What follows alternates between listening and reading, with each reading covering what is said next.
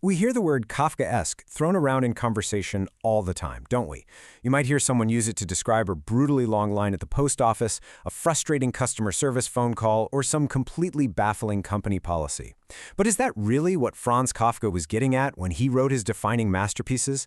Well, in today's Explainer, our goal is to strip away all that colloquial slang and uncover the true, deeply psychological literary roots of this term. We're going to deconstruct his unique literary style piece by piece so we can understand exactly what makes a story, or a real-life situation, truly Kafkaesque. Before we get into the heavy literary theory, though, I want to anchor this in your own experience.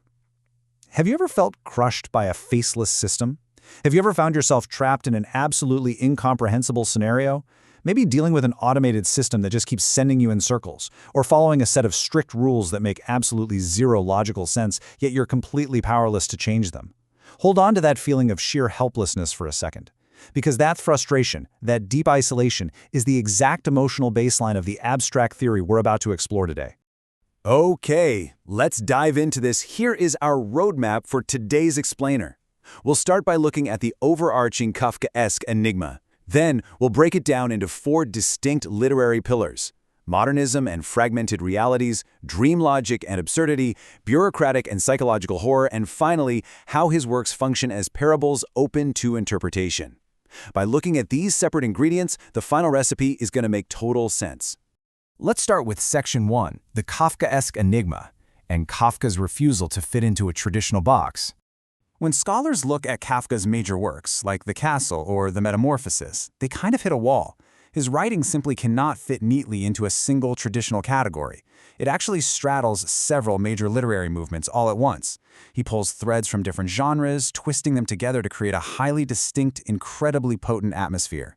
To truly understand the final outcome, the label we now call Kafkaesque, we first have to deconstruct the individual ingredients that make up his literary DNA. We have to look at what movements he was pulling from and how he warped them to fit his own worldview.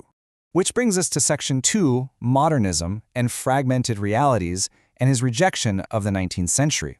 Writing in the early 20th century, Kafka had to completely reject traditional 19th century realism. Think of your classic Victorian novels with their clean, safe, highly predictable plots with clear beginnings, middles, and ends. Instead, Kafka helped pioneer early 20th century modernism. He focused on the fragmentation of reality itself. He really zeroed in on the deep alienation of the individual living in a rapidly industrializing world, capturing the raw existential anxiety of human existence. In Kafka's modernism, there is no clean resolution, only the anxiety of being alive. Next up, we move into Section 3, Dream Logic and Absurdity, bridging everyday life and the bizarre. Kafka was an absolute master at bridging the gap between normal life and the bizarre. His plots operate entirely on dream logic. You know, that strange, slippery feeling where something makes total sense while you're asleep but is completely irrational once you wake up? In absurdist fiction, characters find themselves trapped in incomprehensible, nightmarish scenarios. But here is the really critical part. They don't just sit there. They try desperately to find meaning. They search for logic, but they fail entirely. The crucial point here is the utter helplessness of this search. Kafka's characters exhaust themselves looking for a rational explanation in a world that is inherently irrational. Immediately tied to the absurd is surrealism, which involves fundamentally bizarre settings and events described with a totally flat, objective, matter-of-fact tone. This is classic Kafka. Think about The Metamorphosis. The main character wakes up to find he's been transformed into a giant insect. That is a fundamentally bizarre event, but the narrator doesn't panic. The tone is completely flat and objective, as if he simply woke up with a mild cold, rather than 6 extra legs. Or in The Trial, where a man is arrested without ever being told his crime. This dark, ironic contrast between wild surrealism and a boring matter-of-fact tone is a massive ingredient in his style. Now we transition into Section 4, Bureaucratic and Psychological Horror, exploring dystopian systems and the human psyche. You see, Kafka's work isn't just weird for the sake of being weird.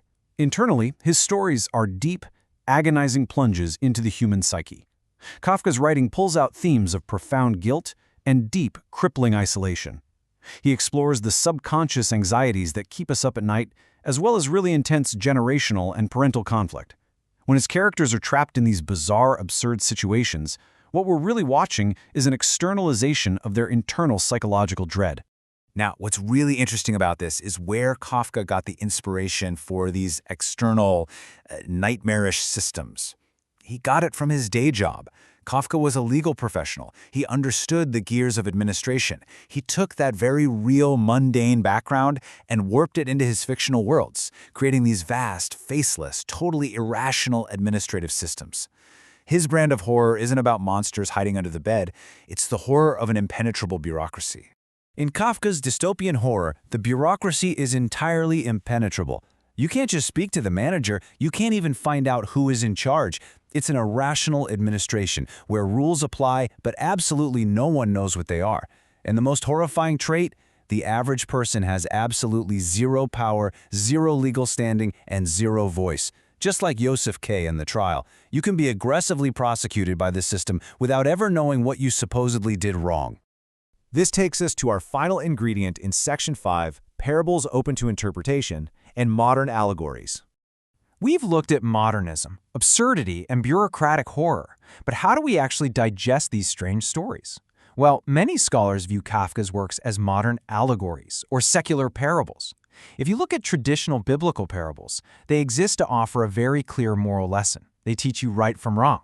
But Kafka's parables, they are deeply paradoxical. They intentionally leave the ultimate meaning completely unresolved and entirely open to endless interpretation. Kafka isn't giving you the answers. He's presenting a profound, unsolvable riddle about the human condition and then just walking away, leaving you to figure it out for yourself. Let's move to our final synthesis, synthesizing the nightmare and the true meaning of Kafkaesque. When you blend all of those literary threads together, the fragmentation of modernism, the dream logic of the absurd, the matter-of-fact surrealism, the psychological guilt, and the impenetrable faceless bureaucracy, you get this definitive synthesis. Kafkaesque denotes a surreal, nightmarish situation where an individual is crushed by an oppressive, absurd, and needlessly complex authority, experiencing an acute sense of helplessness. It isn't just about a long line at the DMV.